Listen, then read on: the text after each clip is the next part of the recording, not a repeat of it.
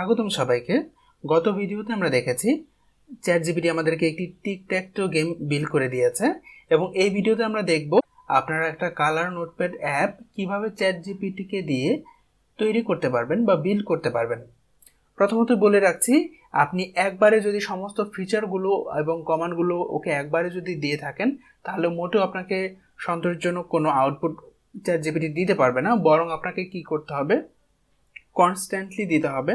প্রথমত ছোট একটি কমান্ড দিতে হবে, সেটি আপনি আউটপুট আগে টেস্ট করবেন কেমন হয়েছে, এরপর আপনি আরেকটি ফিচার অ্যাড করবেন, সেটি ঠিক হলো কিনা, সেটি প্রপারলি কাজ করছে কিনা সেটি এনশিওর করবেন এবং কোনো এরর থাকলে সেগুলো ফিক্স করাবেন চ্যাটজিপিটিকে দিয়েই।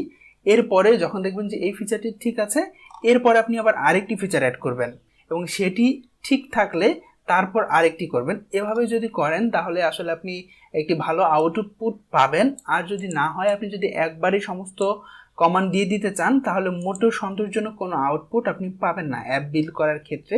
এবং আমি এটি ট্রাই করেছি, একবারই সমস্ত কমান্ড দিয়ে চেষ্টা করা হয়েছে, কিন্তু আসলে খুব ভালো কোনো আউটপুট পাওয়া যাচ্ছিল না।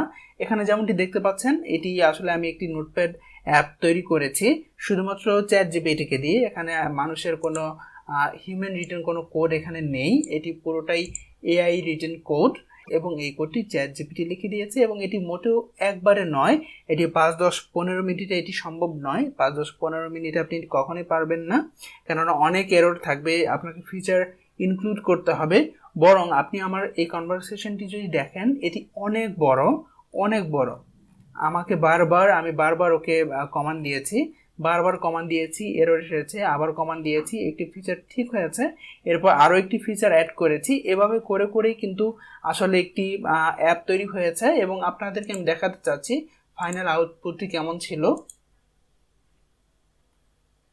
আমি কোডটি রান করেছি, আর এই যে কনভারসেশনটি দেখতে পাচ্ছেন, এটি অনেক বড় একটি কনভারসেশন। এটি অনেক লম্বা কনভারসেশন, চলছেই ঘন্টা খানেক যাবত আমি স্ক্রল করতে পারবো, কিন্তু এটি স্ক্রল করেই যেতে পারবো। এটি আসলে এত বড়। দেখতে পাচ্ছেন যে আমার একটি এখানে ফ্লোটিং আইকন বাটন রয়েছে, আমি যখন প্রেস করছি আমাকে একটি পপ আপ দিচ্ছে বা ডায়লগ শো করছে। আমি এখানে নোট লিখতে পারছি, ধরুন আমি যা কিছু একটা লিখলাম এবং এখান থেকে কালার চুজ করতে পারবো। আমি গ্রিন চুজ করলাম, এখন আমার নোটটি সেভ হয়ে গেল। আমি প্রথমত এমনও হয়েছে যে আমার সমস্ত কিছু শেষ, আমি ভেবেছি যে সব ঠিকঠাক আছে। পরবর্তীতে দেখা গেল যখন আমি অ্যাপ থেকে বের হয়ে যাচ্ছি, আমার নোটগুলো আর সেভ থাকছে না। শেষে গিয়ে কমান্ড দিতে হয়েছে যে ও যেন ডেটাগুলো সেভ করে রাখে। দেখতে পাচ্ছেন আমার নোটটি সেভ হয়ে গিয়েছে। আমি আরও একটি নোট অ্যাড করছি, আরও একটি নোট অ্যাড করলাম, আরও একটি নোট অ্যাড করব, আরও একটি নোট অ্যাড করলাম। এখন কিন্তু আমার এগুলো পুরো কোডটি কিন্তু কাস্টমাইজেবল, আমি সব কিছুই কাস্টমাইজ করতে পারবো। এখানে কিন্তু এতগুলো কালার ছিল না, 2টি কালার সম্ভবত ছিল। পরবর্তীতে এই সব কালারগুলো আমি অ্যাড করেছি। আপনাকে জাস্ট করতে হবে কি, আপনি এই ড্রপ ডাউনটি এই পর্যন্ত সিলেক্ট করে কপি করে এখানে পেস্ট করবেন, পেস্ট করে এই কালার দুটি চেঞ্জ করবেন, সেটাকে আবার কপি করে নিচে এখানে আবার পেস্ট করবেন সেম কোডটি। তাহলে আপনার এখানে একটি নতুন কালার ইমপ্লিমেন্ট হয়ে যাবে। আমি এখন কোডটিকে এডিট করতে পারছি, দেখতে পাচ্ছেন, দুঃখিত, নোটটিকে এডিট করতে পারছি। আমার এখানে এডিট নোট রয়েছে। আমি এখন কালারটিও চেঞ্জ করতে পারবো চাইলে। আমি রেড কালার দিচ্ছি, টেক্সট আমি কিছুটা বাড়িয়ে দিচ্ছি। আমি এখন আমি এখন নোটটিকে সেভ করব।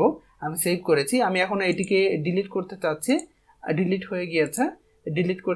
ডিলিট হয়ে গিয়েছে।